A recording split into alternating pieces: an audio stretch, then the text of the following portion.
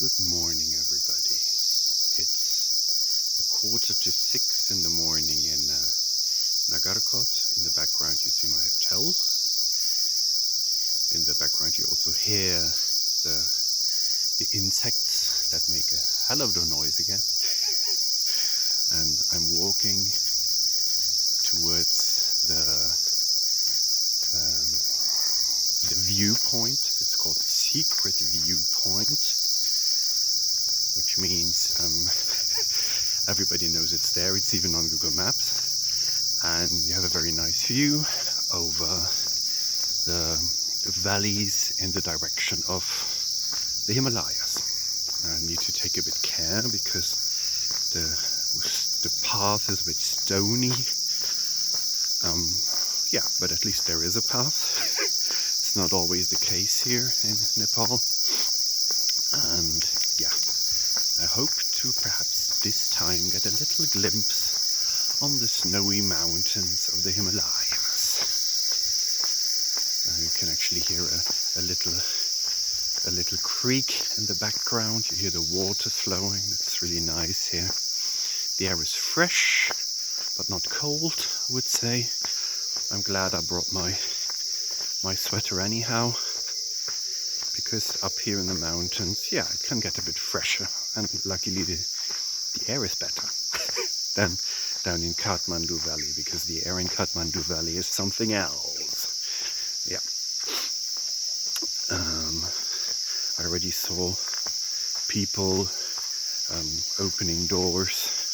I heard the hotel man walk upstairs to activate the warm water, because they always heat the warm water with metal things that are on the roofs, and as soon as the sun shines on the roof, that heats the water goes through, and then it heats up the water, so you have at least some warm water to wash yourself with. Yeah, so the valley is still quite foggy. You hear the dogs barking in the background. Yeah, there's stray dogs everywhere in Nepal. As I posted yesterday, I made at least friends with 2 stray dogs. One even cuddled a bit with me, and the other one followed me until there was a group of Nepalese guys coming my way, and then he hid. You must know why he hid. Yeah. People ask me if they get fed well. I mean, they survive somehow. Yeah. Namaste. There's interesting. Now there's little worms on the ground because it's a bit wettish. And there was an elderly lady coming by. Yeah, they're sometimes a bit shy, but they're usually very friendly, very, very curious as well. Of course, the main question is, where do you come from? I think I've heard that question at least 100 times ever since I've arrived in Nepal. Mostly I just say I'm from Germany because I don't want to explain too much. Then they say, oh, Germany, nice country. And that usually was it. That was the conversation, because that's what most people, the amount of English that most people dare to speak.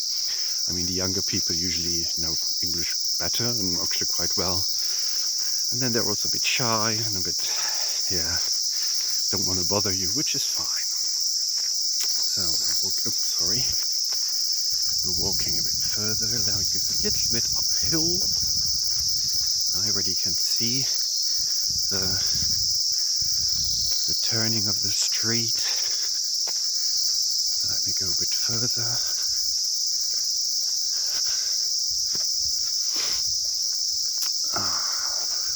Slept quite well. I actually sleep quite well here.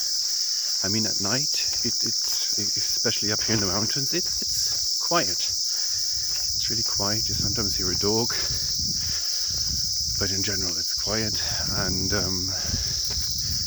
yeah, the air is fresher, and yeah.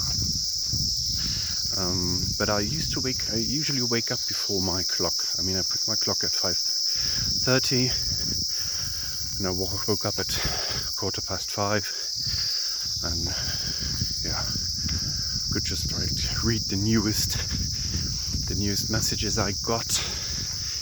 Because of course, when someone in the evening writes a message, then I get it in the early morning here.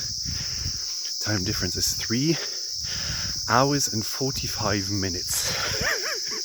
That's in India and Nepal. They have a very interesting time zone. There's this quarter of an hour that's missing, that already led to some misunderstandings between my partner and me. He was waiting for me to call and I was 15 minutes late. But that's fine. I mean, to me the time zone makes sense because the sun is rising now. I'm almost at the edge here, and it rises pretty much at 6 o'clock, as you might expect. 6 o'clock sunrise, 6 o'clock sundown. So now I'm almost there. A bird scared me a little. Yeah, there are quite some interesting bird sounds as well. Yesterday there were two birds flying down the mountain here, and you could really hear the wind flapping through their wings. That was really like a very strong noise. I was surprised about that.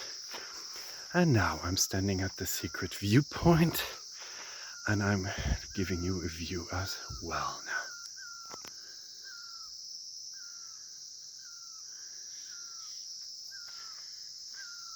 Going a bit closer to the edge. There in the back somewhere the sun is rising. There you see the clouds touching the nearest mountain here.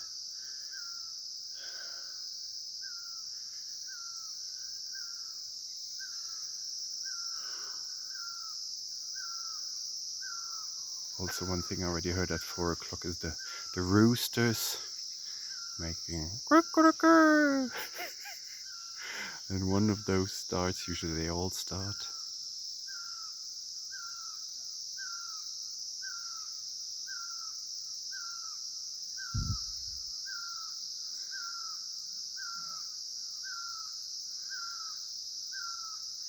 That's the valley, and somewhere there in the back, there's the Himalayas. There are the closer Himalayas, and there in the back is Mount Everest, the highest mountains in the world, which you can't see because there's too much fog and too many clouds. And still it's beautiful, isn't it?